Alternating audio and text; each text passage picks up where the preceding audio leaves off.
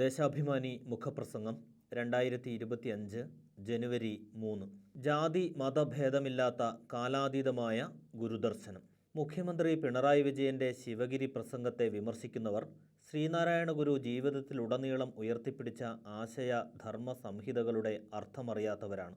സനാതനധർമ്മത്തിൻ്റെ വക്താവും പ്രയോക്താവുമായി ശ്രീനാരായണ ഗുരുവിനെ സ്ഥാപിക്കാനുള്ള ചില സംഘടിതമായ ശ്രമം ഇപ്പോൾ നടക്കുന്നുണ്ടെന്നും, എന്നാൽ ഗുരു ഒരിക്കലും സനാതനധർമ്മത്തിൻ്റെ വക്താവോ പ്രയോക്താവോ ആയിരുന്നില്ല, മറിച്ച് ആ ധർമ്മത്തെ ഉടച്ചുവാർത്ത് പുതിയ കാലത്തിനായുള്ള ഒരു നവയുഗ ധർമ്മത്തെ വിളംബരം ചെയ്ത സന്യാസിവര്യനായിരുന്നുവെന്നാണ് മുഖ്യമന്ത്രി പറഞ്ഞത്.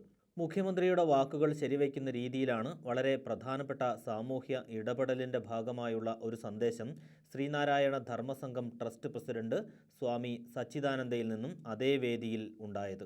ആരാധനാലയങ്ങളിൽ ഉടുപ്പ് ഊരിയേ കയറാൻ പാടുള്ളൂ എന്ന നിബന്ധന ഒഴിവാക്കേണ്ടതാണെന്നും കാലാനുസൃതമായ മാറ്റം വേണമെന്നും ശ്രീനാരായണ ഗുരുവിൻ്റെ സത്പാരമ്പര്യം ഉയർത്തിപ്പിടിച്ചുകൊണ്ട് തന്നെയാണ് സച്ചിദാനന്ദ സ്വാമി ഇത്തരമൊരു നിർദ്ദേശം മുന്നോട്ട് വച്ചത്. ശ്രീനാരായണ ബന്ധമുള്ള ആരാധനാലയങ്ങൾ എല്ലാം ഈ നിലയാണ് സ്വീകരിച്ചു പോവുക എന്നാണ് അദ്ദേഹം പറഞ്ഞത്. ഹിന്ദുത്വവാദികൾ മുറുകെ പിടിക്കുന്ന സനാതന ധർമ്മത്തെ ഗുരു തള്ളിക്കളഞ്ഞതിൻ്റെയും ജാതിയില്ലാ വിളംബരം നടത്തിയതിൻ്റെയും ചരിത്രമാണ് മുഖ്യമന്ത്രി ശിവഗിരിയിൽ ഓർമ്മിപ്പിച്ചത്. സനാതന ധർമ്മം അർത്ഥമാക്കുന്നത് വർണ്ണാശ്രമ ധർമ്മമല്ലാതെ മറ്റൊന്നുമല്ല. ആ വർണ്ണാശ്രമ ധർമ്മത്തെ വെല്ലുവിളിച്ചുകൊണ്ടും മറികടന്നുകൊണ്ടും കാലത്തിനൊത്ത് നിലനിൽക്കുന്നതാണ് ഗുരുവിൻ്റെ നവയുഗ മാനവിക ധർമ്മം. സനാതനധർമ്മം ചാതുർവർണ്ണത്തെയും ഐത്തത്തെയും തൊട്ടുകൂടായ്മയെയും ഉൾക്കൊള്ളുന്നതാണ്. ചാതുർവർണ്ണ്യം നിഷ്കർഷിക്കുന്നത് ജാതിയിലെ ഉച്ചനീചത്വമാണ്. സനാതനധർമ്മം ഓരോ ജാതിക്കും കുലത്തൊഴിലാണ് നിഷ്കർഷിക്കുന്നത്. മതങ്ങൾ നിർവചിച്ചു വച്ചതേയല്ല ഗുരുവിൻ്റെ നവയുഗ ധർമ്മം. മതമേതായാലും മനുഷ്യൻ നന്നായാൽ മതി, ഒരു ജാതി, ഒരു മതം, ഒരു ദൈവം മനുഷ്യന് എന്നിങ്ങനെയാണ് ഗുരു പറഞ്ഞത്. പല മതസാരവും ഏകമാണ് എന്നതായിരുന്നു ഗുരുവിൻ്റെ കാഴ്ചപ്പാട്. അതിൻ്റെ അടിസ്ഥാനത്തിലാണ് സർവമത സമ്മേളനം സംഘടിപ്പിച്ചത്. ക്ഷേത്രങ്ങൾ സ്ഥാപിച്ച് പ്രതിഷ്ഠ നടത്തിയത് അധസ്ഥിത സമുദായങ്ങളെ പടിപടിയായി ഉയർത്തിക്കൊണ്ടുവരാനായിരുന്നു. അത് ഒരു താൽക്കാലിക ഉപാധി മാത്രമായിരുന്നു. ക്ഷേത്രങ്ങൾ ഇനി ആവശ്യമില്ലെന്നും തലസ്ഥാനത്ത് വിദ്യാഭ്യാസ സ്ഥാപനങ്ങളോ തൊഴിൽശാലകളോ ആണ് വേണ്ടതെന്നും ഗുരു പിന്നീട് പറഞ്ഞു. ഗുരുവിൻ്റെ ക്ഷേത്രപ്രതിഷ്ഠകൾ യഥാർത്ഥത്തിൽ സനാതന ധർമ്മം ഉയർത്തിപ്പിടിക്കുന്ന ബ്രാഹ്മണ പൗരോഹിത്യത്തിനു നേരെയുള്ള കടന്നാക്രമണമായിരുന്നു. പ്രതിഷ്ഠാ ചടങ്ങിനെ എതിർത്ത് രംഗത്ത് വന്ന യാഥാസ്ഥിതികരോട് ഞാൻ ഈഴവ ശിവനെയാണ് പ്രതിഷ്ഠിച്ചത് എന്നാണ് ഗുരു മറുപടി നൽകിയത്. ഇത് യാഥാസ്ഥിതികരെ നിശബ്ദമാക്കി. അന്ന് നിശബ്ദരായ യാഥാസ്ഥിതികരാണ് ഇന്ന് സംഘപരിവാർ വേഷത്തിൽ ഗുരുവിൻ്റെ ആശയങ്ങളെ സ്വന്തമാക്കാൻ രംഗത്തു വരുന്നത്.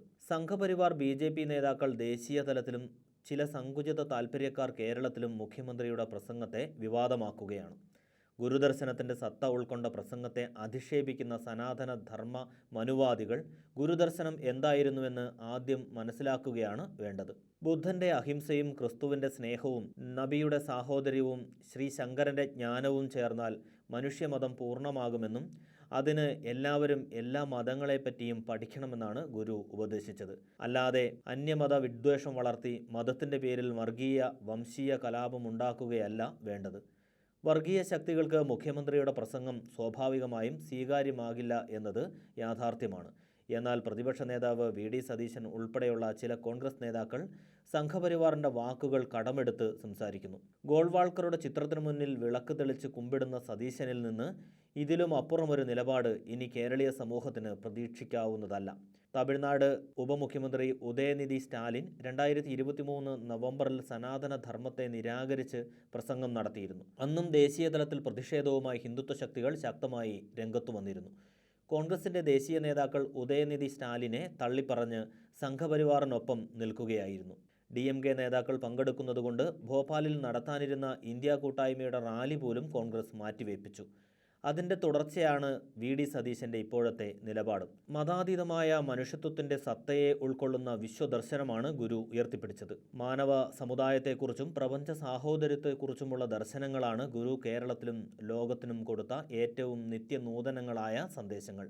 അവയെ ഇല്ലായ്മ ചെയ്യാനുള്ള ക്ഷുദ്രലഹളകളും കൗടില്യവേലകളും കേരളത്തിൽ ശക്തിപ്പെടുകയാണ്. ഇന്ത്യൻ ഫാസിസ്റ്റ് പ്രത്യയശാസ്ത്രത്തിൻ്റെ മൂലാധാരങ്ങളിൽ ഒന്നായ വർണ്ണാശ്രമ വ്യവസ്ഥയ്ക്കെതിരെയും അത് സമൂഹത്തിൽ സൃഷ്ടിച്ച മേൽക്കോയ്മയ്ക്കെതിരെയും ശ്രീനാരായണ ഗുരു നടത്തിയ പ്രതിരോധവും ചെറുത്തുനിൽപ്പും ശക്തിപ്പെടുത്തേണ്ട കാലഘട്ടമാണിത്.